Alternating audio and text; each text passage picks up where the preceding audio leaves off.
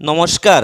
খবর পড়লাম খুচা টিভি থেকে আমি রসিক মামু গামছা পরে চকির তল থেকে। আজকে বিশেষ বিশেষ খবর।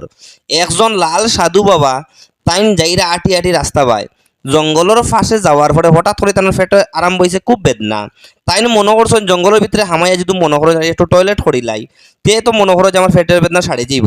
আর পেটের বেদনা হইলে সারাই আমরা যেখান করি তাইন ওখান করাত গ্যাস লাগিয়া। কিন্তু কিতো হইল কাণ্ডটা, হঠাৎ করে দেখা গেল যে জঙ্গলের ভিতর থাকি বুঝলি বহুত বড় খালা মুখা এখন মহিষ আইয়া নানি তান্ডে ওলা দৌড়ানি দিরা আর হইরা তোমরা মানুষ হইয়া কি তাহলে গিয়ে জঙ্গল তুমি তাই না আগা আগে করো।